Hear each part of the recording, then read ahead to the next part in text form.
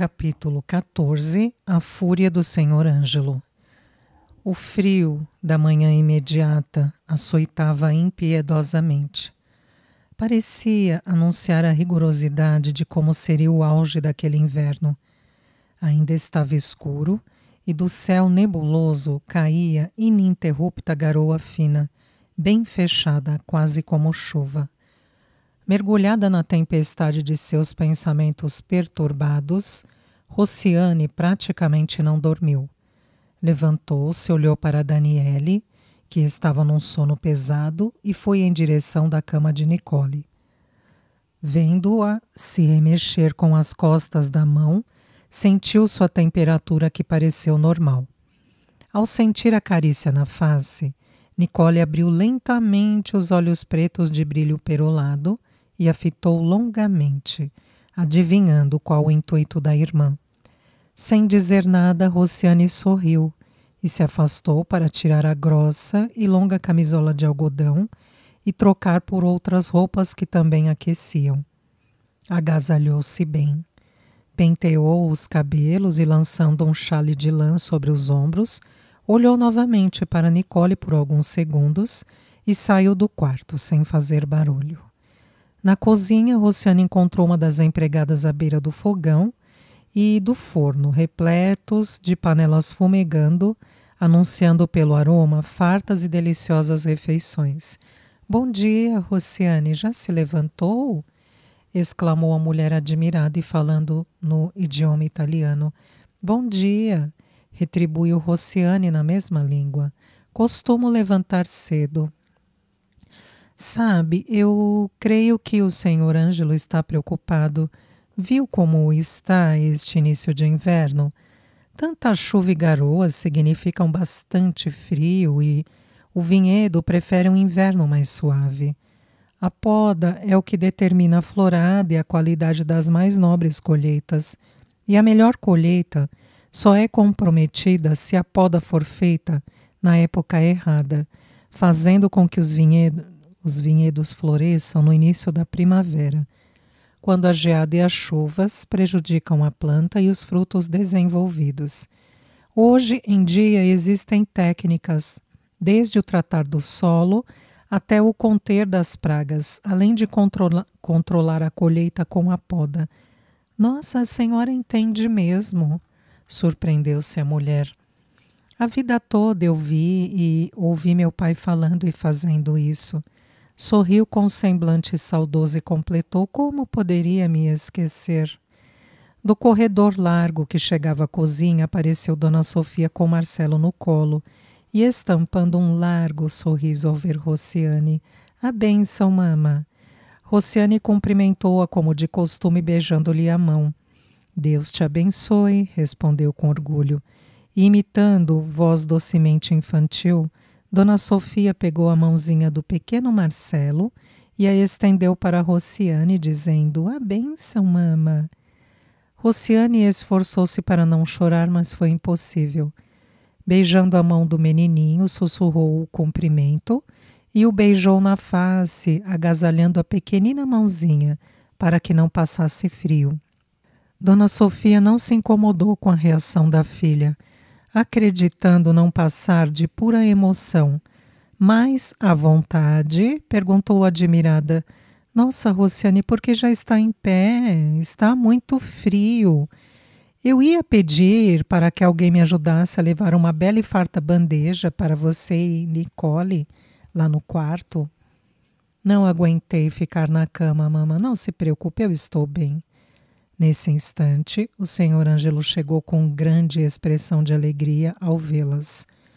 Após os cumprimentos, Dona Sofia convidou para que fossem aguardar o desjejum na outra sala, cujo centro era uma grande mesa de madeira grossa, muito pesada, rodeada com cadeiras do mesmo estilo. Dona Sofia deu algumas orientações às empregadas e retornou para junto do marido, mostrando-lhe o pequeno Marcelo. O menino estava bem agasalhado, mal ficava com o rostinho à vista. Mesmo assim, sempre era coberto por um chale devido ao frio. O senhor Ângelo atrapalhou-se ao tentar pegar o neto. ao mesmo tempo que Dona Sofia, enciumada, mostrava-se insatisfeita por achar os modos do marido grosseiros e poderiam machucar o neto. Cuidado, ele é pequenininho. Mas que é isso? Pensa que não sei como segurar meu neto? Rociane permanecia bem séria, acompanhando a pequena disputa entre seus pais. Seu coração estava muito apertado.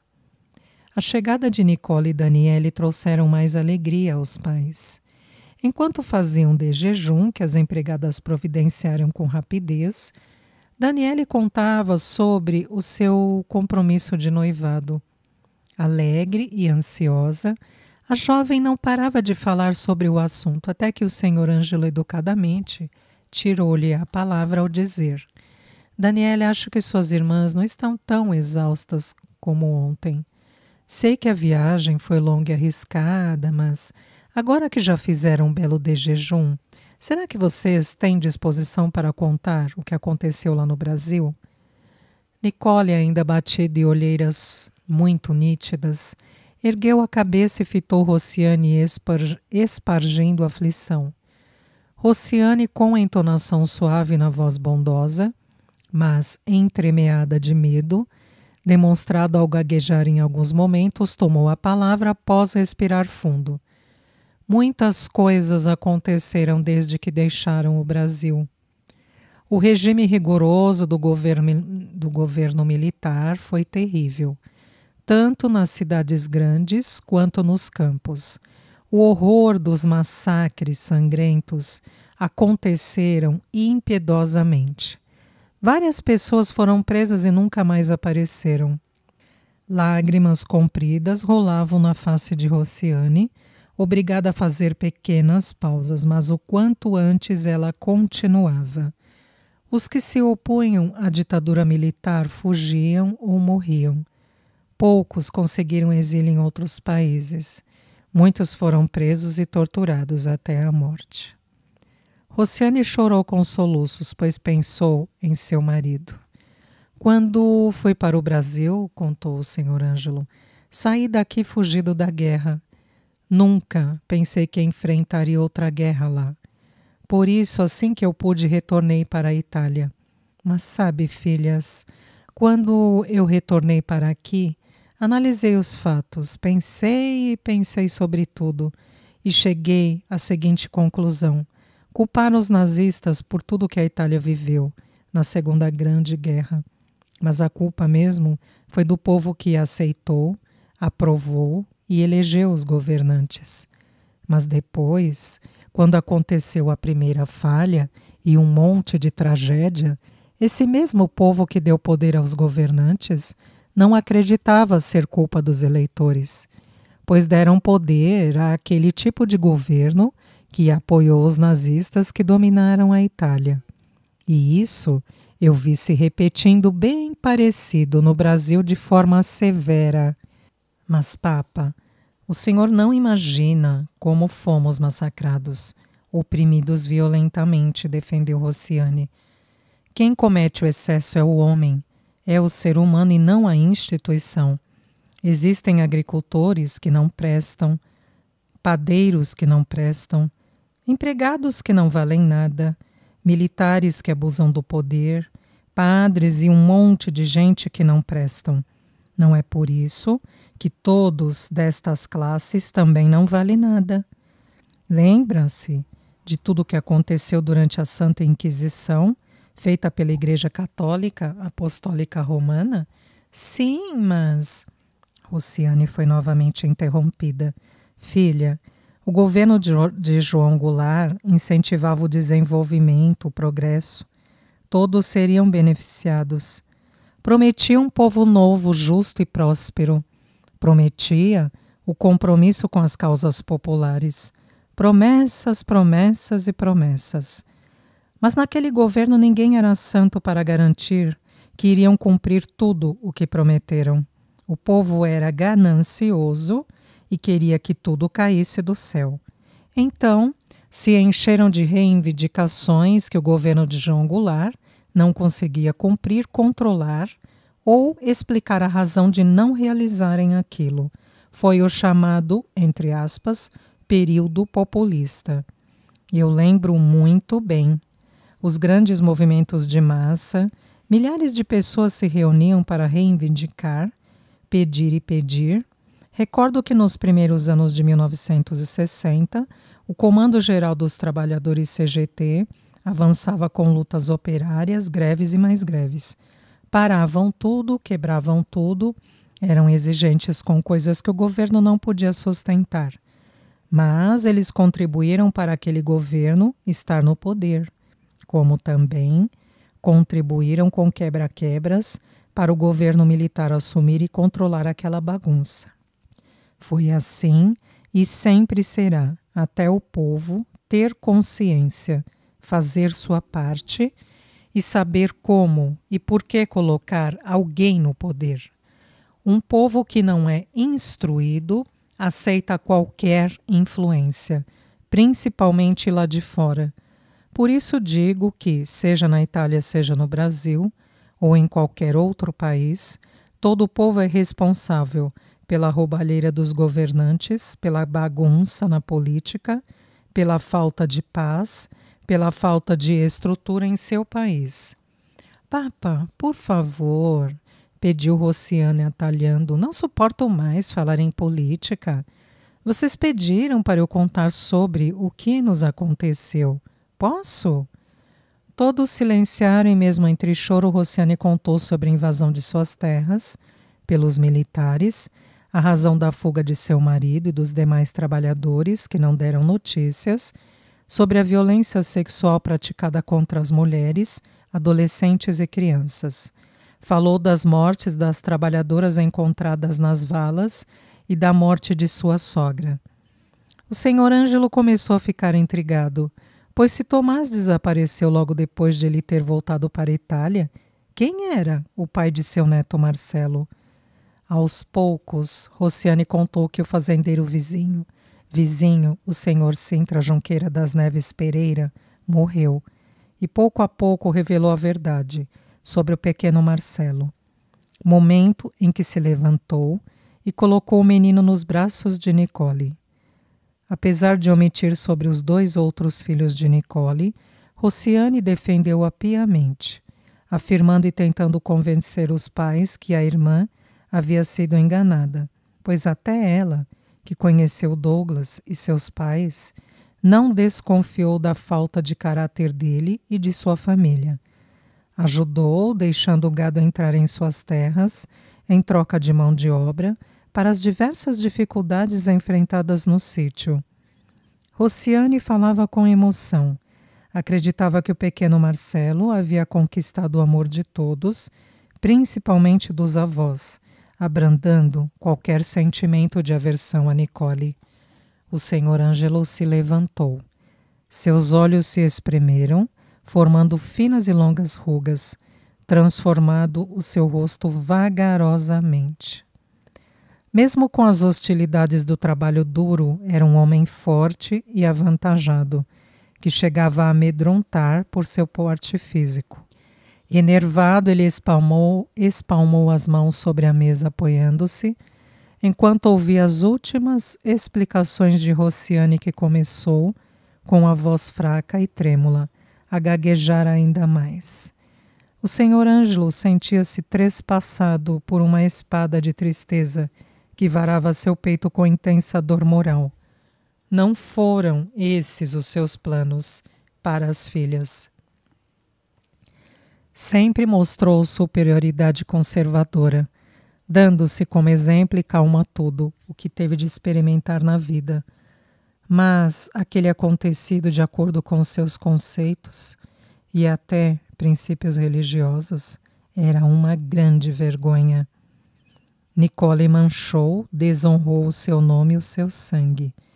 Não foi digna da educação recebida.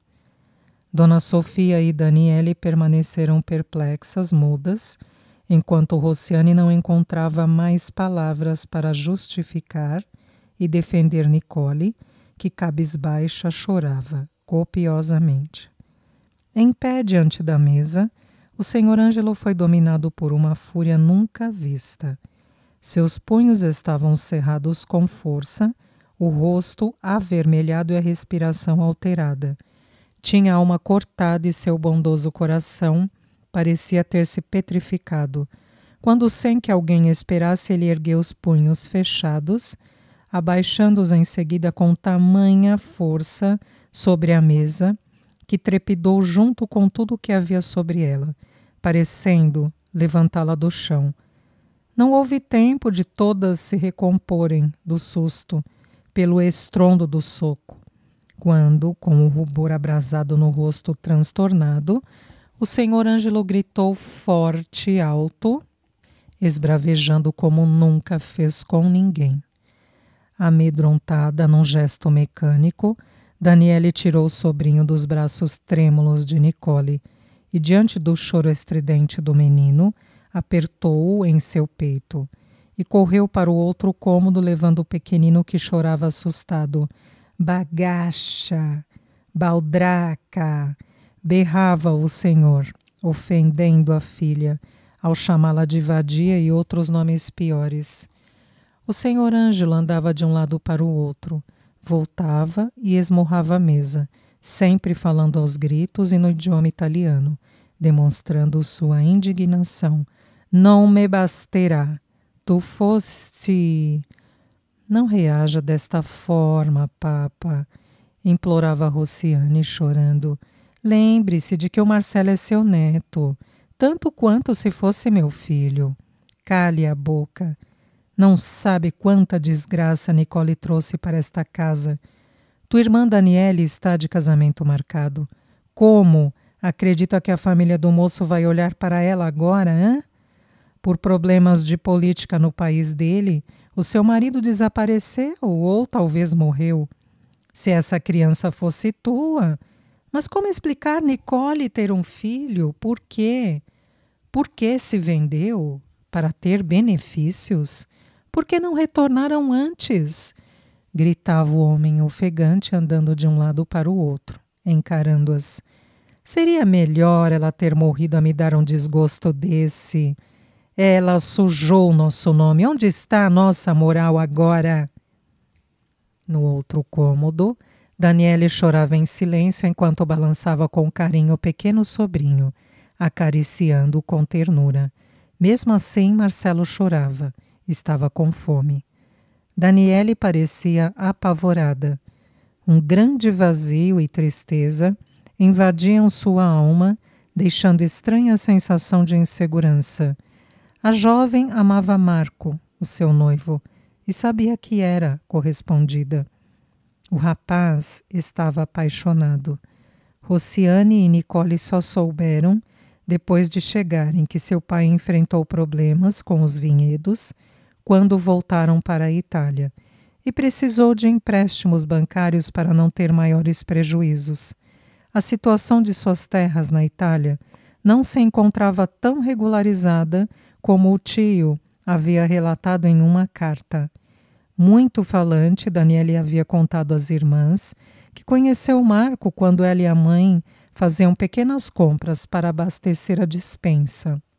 Sem muito jeito, a princípio, o rapaz bem alinhado se interessou por Daniele e começou a conversar com a jovem, mesmo sob o olhar duro de Dona Sofia. De opinião firme, o moço se ofereceu para ajudá-las a levar as compras até o pequeno caminhão que servia à vinícola e as conduziriam de volta ao vale onde residiam e cultivavam o vinhedo. Corajoso, Marco não hesitou e, com fala sociável, permaneceu junto de Daniele e sua mãe até a chegada do senhor Ângelo, pois a jovem comentou que iriam aguardar por seu pai. O senhor Ângelo se aproximou, mas parecia preocupado e um pouco confuso. Naquele dia foi resolver algumas documentações de suas terras e tratar de negócios financeiros, um empréstimo no banco da cidade. Mas a espera, obrigatória para análise do crédito, poderia demorar e isso não seria bom para os seus negócios. Desinibido, o rapaz conversava amigavelmente com a jovem Daniele e Dona Sofia até ser apresentado ao patriarca da família. Subitamente, o educado Marco abordou-o, querendo saber onde morava, para que, junto com seu pai, fossem até sua casa pedir Daniela em namoro. Ele avisou que já tinha visto a jovem à distância na igreja e no armazém, e que naquele dia havia se decidido, pois gostou dos costumes conservadores que aparentavam. Encantou-se com a bela moça, e isso seria muito bem-vindo por sua família. O senhor Ângelo ficou atordoado e disse não estar para brincadeiras, mas Marco, bem firme, avisou que também não. Iria procurá-la em companhia de seu pai, pois estava resolvido a pedir Daniela em namoro. O pai da jovem não o levou a sério. Despediu-se e se foi com a esposa e a filha. Só que o rapaz se encantou pela doce Daniele, e o pouco que conversaram foi o suficiente para saber onde encontrá-la. Não desistiria. Não poderia esquecê-la e sonhava com a delicada jovem, relembrando sua pele clara se confundindo com o tecido alvo de sua blusa, um belo chale deitado sobre os ombros, e tentava esconder o belo corpo bem acinturado, sob a longa saia que descia até o chão, mostrando levemente as botinhas que aqueciam os pequenos pés. Suas mãos eram delicadas, aparentemente frágeis e bem alvas. Ele só conseguia pensar em Daniele, lembrar sua voz suave e sotaque bem diferente. Parecia ver o brilho de seus olhos pretos e cílios longos, cabelos negros, ondulados e bem compridos. Era realmente uma bela moça, educada e recatada, exatamente como ele gostava. A surpresa maior foi quando Marco e seu pai chegaram até o local do vinhedo que Daniele mencionou, após indicação de moradores da região, e se depararam com o pai da moça. O pai de Marco era o dono do banco, onde o senhor Ângelo foi fazer o pedido de empréstimo, que aguardava aprovação. Os jovens realmente estavam apaixonados, e o compromisso ajudou o senhor Ângelo e a família a resgatarem a propriedade das terras, legalizar os impostos e investir no cultivo da produção do vinhedo. O amor surgiu entre os jovens que decidiram se casar, embora nada tenha sido planejado.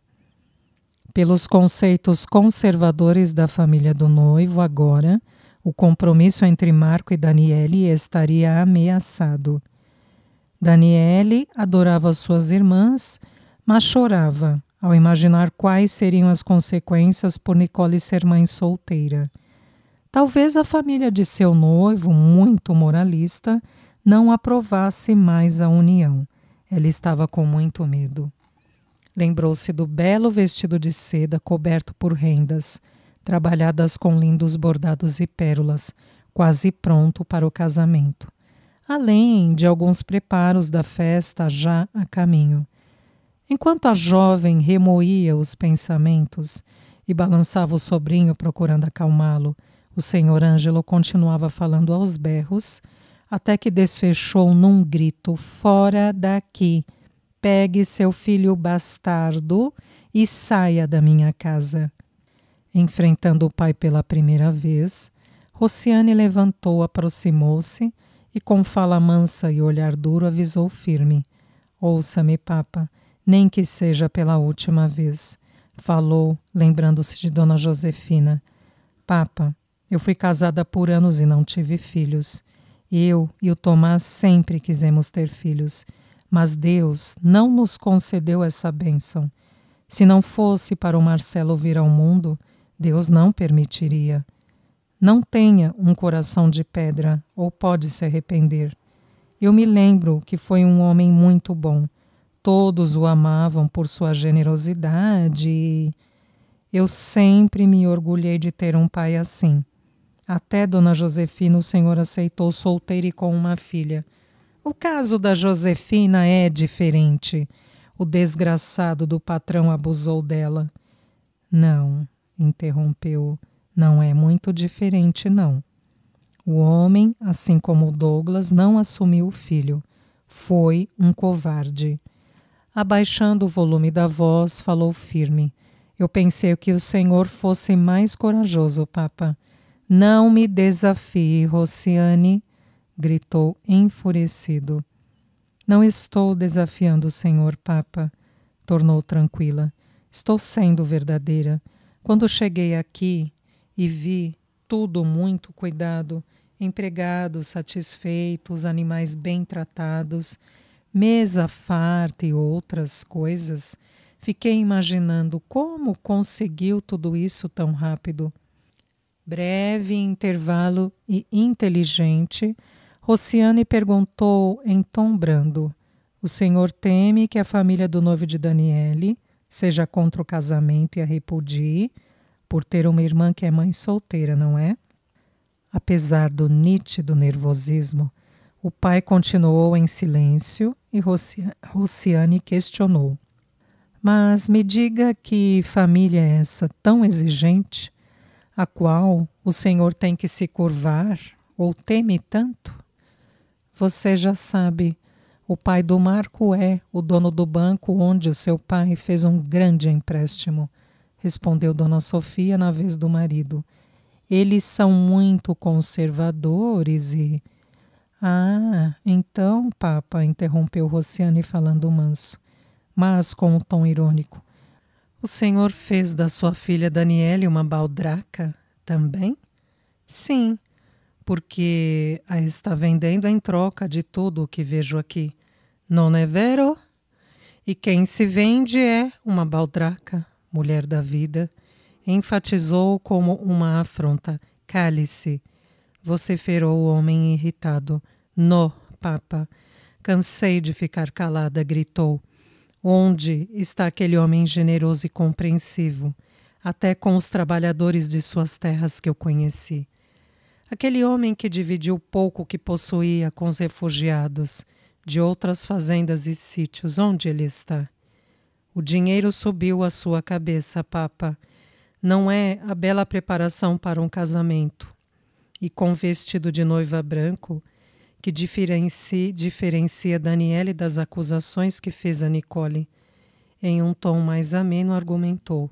Agora há pouco me falou de sua moral e religiosidade, mas ofendeu sua filha Nicole, quando a xingou e a desclassificou. Não se lembrando de Jesus Cristo que levantou a mulher adúltera e perguntou: onde está aquele que adulterou contigo? Que atire a primeira pedra aquele que não tiver algum pecado. O Senhor pode atirar pedras, Papa? Nunca errou em sua vida? Que eu saiba, nem Jesus Cristo, que nunca errou, atirou a pedra ou julgou. Ainda gostaria de lembrá-lo, Papa, de que se José tivesse abandonado Maria, ela seria mãe solteira, mãe de Jesus, que continuaria sendo Jesus. O pai a ouviu de cabeça baixa e ofegante. Rociane, após pequeno intervalo, perguntou: ainda vai mandar Nicole, sua própria filha, sair desta casa? Erguendo o olhar, transformando o rosto em sisudez sem igual, com voz firme exigiu: Nicole não é mais minha filha. Ela que pegue seu bastardo e saia daqui. Não, implorou Dona Sofia aos choros. É nossa filha. Ela não está bem, não pode pôr para fora de casa uma mãe, com um filho pequeno nos braços, com esse tempo. Cale-se, mulher, já decidi, fora. E para que não digam que eu não sou generoso, se quiser, pode usar o casebre lá no fim do vale, até arranjar outro lugar. Não vou passar pela vergonha de ter uma filha bagacha. Entenderam? Então eu vou com ela, decidiu Rociane, falando baixo. Se ela não é sua filha, desconsidere-me também, pois não vou abandonar minha irmã em uma situação tão difícil. Aproximando-se de Nicole, que não disse nada e chorava ininterruptamente, Rociane se abaixou, segurou suas mãos trêmulas e geladas, dizendo: vamos pegar as poucas coisas que temos, o Marcelinho, e partir daqui o quanto antes. Eu cuidarei de vocês enquanto puder. Todos os temores de Nicole e Rossiane se realizaram naquele momento. Com uma teatralidade impressionantemente macabra, elas não queriam acreditar que tudo aquilo era verdade.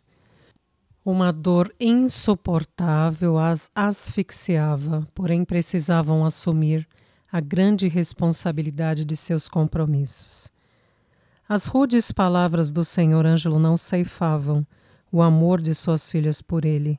Entretanto, feriram os seus corações sofridos, deixando-as sob a sombra do medo e da insegurança pelo futuro incerto. Abraçada a Nicole, Rossiane foi para o quarto em busca de seus poucos pertences. Dona Sofia e Daniele, com o sobrinho nos braços, imploravam ao Senhor Ângelo para que as deixasse ficar. Mas o patriarca estava irredutível. Nicole parou de chorar, porém seu abalo emocional era nítido. Parada, ela parecia em choque e não conseguia concatenar as ideias.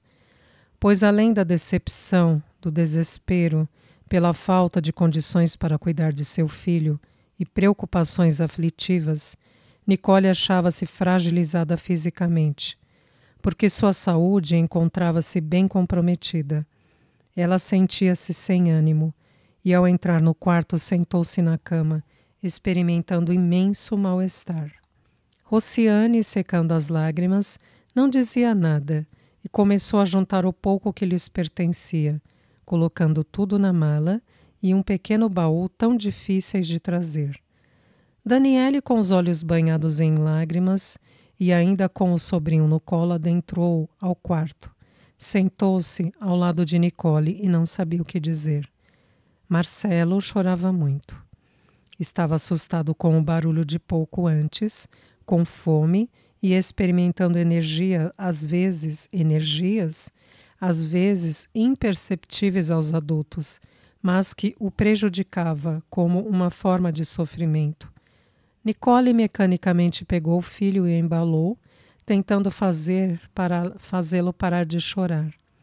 Daniele se levantou, pegou cobertas e outras roupas e foi colocar no baú quando Rossiane pediu: "Não, isso não é nosso." "Sim, é, agora é. Eu estou lhe dando. Não me faça essa desfeita." A jovem se emocionou e chorando abraçou Rossiane, murmurando em lamentos a decisão do pai. Sofrendo com o ocorrido, reprovou a atitude do Senhor Ângelo e considerou preocupada. Ele não deveria fazer isso. É desumano. Meu Deus.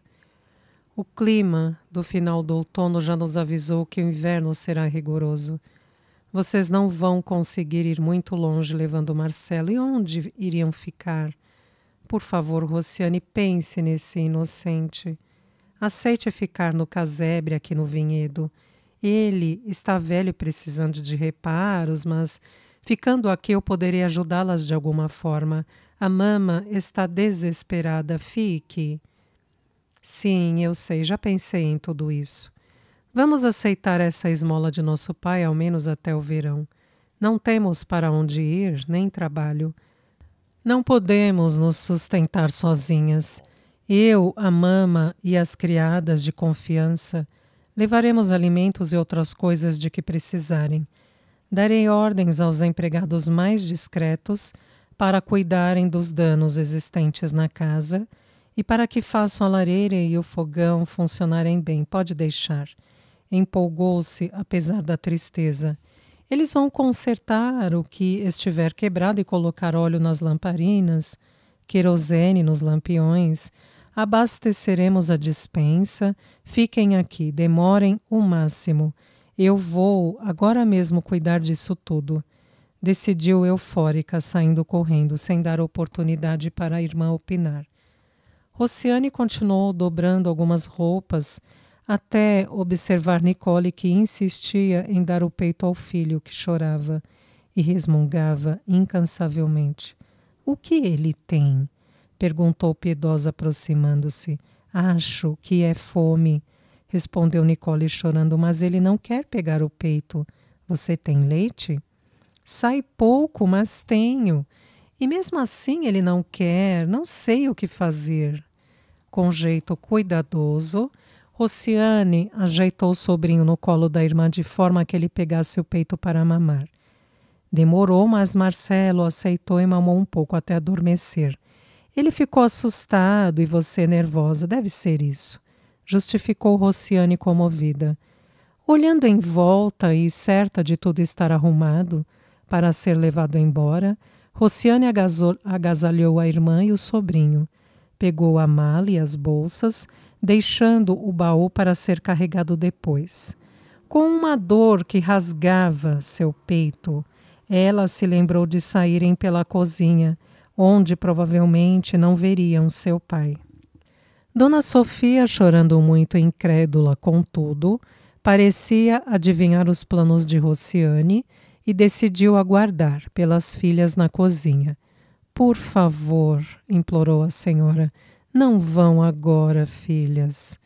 A Daniele foi tomar providências, pois o casebre não é usado há tempos.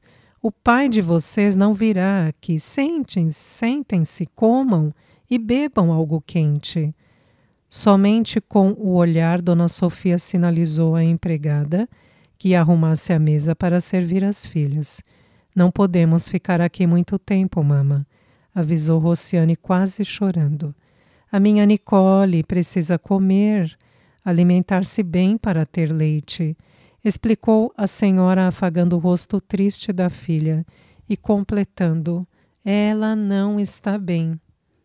Mama, só vamos esperar que esta garoa forte pare e depois iremos, decidiu Rociane. Eu deixei o baú lá no quarto, só estou levando a mala e estas bolsas com algumas cobertas e roupas limpas que a Daniele nos deu. Por favor, quando a senhora puder, peça ao empregado que nos leve o baú. Certo, mas comam primeiro, implorou a mãe comovida. O caminhão está pronto para levar vocês depois que se alimentarem. Assim, dará tempo de pegar seu baú e outras coisas mais. Mas, filhas, comam. Esperem a Daniele voltar confirmando que tudo no casebre está mais arrumado e limpo para vocês. Quem sabe essa garoa passa, sair agora não será bom para o meu neto. Lá na casa para onde as irmãs iriam, Daniele retirou as coisas velhas que não tinham condições de uso. Limpou tudo, tirou inclusive as teias de aranhas existentes. Conseguiu algumas louças e panelas para serem utilizadas. Providenciou água potável e muito mais. Lembrou-se de levar alguns alimentos, velas, querosene e lenha.